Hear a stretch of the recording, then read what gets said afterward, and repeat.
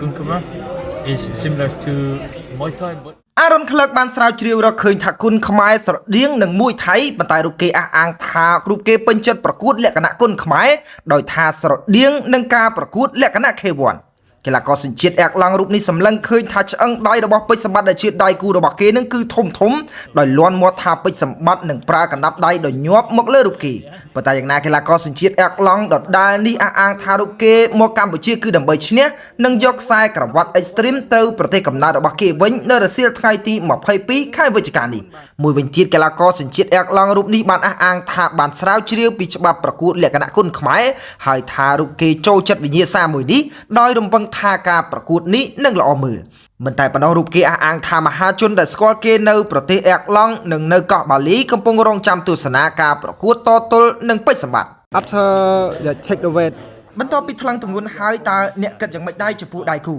បាទខ្ញុំមើលទៅឃើញថាគាត់ខ្លាំងមែនទែនហើយខ្ញុំឃើញថាឆ្អឹងដៃរបស់គាត់នឹងគឺធំហើយខ្ញុំដឹងថាគាត់នឹងប្រើកណ្ដាប់ដៃមកលើរូបខ្ញុំនឹងដើម្បីការពារខ្សែក្រវ៉ាត់របស់គាត់សំណួរបន្ទាប់សួរថាតើអ្នកស្គាល់ពេជ្រសម្បត្តិពីមុនមកទេបាទនៅមុនការប្រកួតនេះគឺខ្ញុំមិនដែលស្គាល់ពេជ្រសម្បត្តិទេប៉ុន្តែខ្ញុំឮថាគាត់ជាកីឡាករលំដាប់គីឡូស្រាលមួយរូបនៅកម្ពុជាហើយជាជើងខ្លាំងមួយរូបហើយខ្ញុំឃើញការប្រកួតរបស់គាត់ជាមួយនឹងជើងខ្លាំងមួយចំនួនទៀតដែរគាត់គឺជាកីឡាករដែលនិយមប្រើកណ្ដាប់ដៃបាទគឺប្រើច្រើនមែនទែន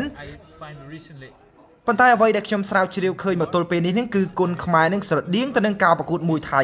ដូចជាលក្ខណៈ K1 ដែលខ្ញុំចូលចិត្តការប្រកួតបែប K1 ក៏ដូចជាការប្រកួតបែបគុណខ្មែរនេះដូច្នេះខ្ញុំគិតថាយើងនឹងធ្វើឲ្យការប្រកួតមួយនេះល្អមើលហើយការបដូរគ្នានៅលើសង្វៀននឹងក៏នឹងកើតមានផងដែរដល់ហើយចំពោះការរំពឹងទុកវិញតើអ្នករំពឹងទុកបែបណាចំពោះការប្រកួតនេះខ្ញុំមកគឺដើម្បីឈ្នះទើបខ្ញុំមកទីនេះខ្ញុំមិនអាចប្រកួតបែបស្រួលបានទេដោយអ្នកទាំងអស់គ្នាដឹងហើយថាខ្ញុំចង់ជួបការប្រកួតបែបលំបាកដើម្បីវាយអស់សមត្ថភាពដោយខ្ញុំចង់បង្កើនសមត្ថភាពរបស់ខ្ញុំឲ្យឡើងពីមួយកម្រិតទៅមួយកម្រិតទៀតដូច្នេះពេជ្រសម្បត្តិគឺខ្លាំងខ្ញុំមិនអាចប្រមាថគាត់បានទេហើយខ្ញុំក៏មិនអាចប្រមាថខ្លួនឯងដែរដោយខ្ញុំមកទីនេះគឺដើម្បីឈ្នះក្នុងការប្រកួតមហាជនរងចាំទស្សនានៅតាមផ្ទះនៅប្រទេសរបស់ខ្ញុំគឺនាប្រទេសអែកឡង់ក៏ដូចជាមហាជននៅកន្លែងដែលខ្ញុំរស់នៅបច្ចុប្បន្នហ្នឹងគឺនៅកោះបាលីដែលពួកគេរងចាំទស្សនាសម្រាប់អ្នកដែលស្គាល់ខ្ញុំបាទ I see this fight. Okay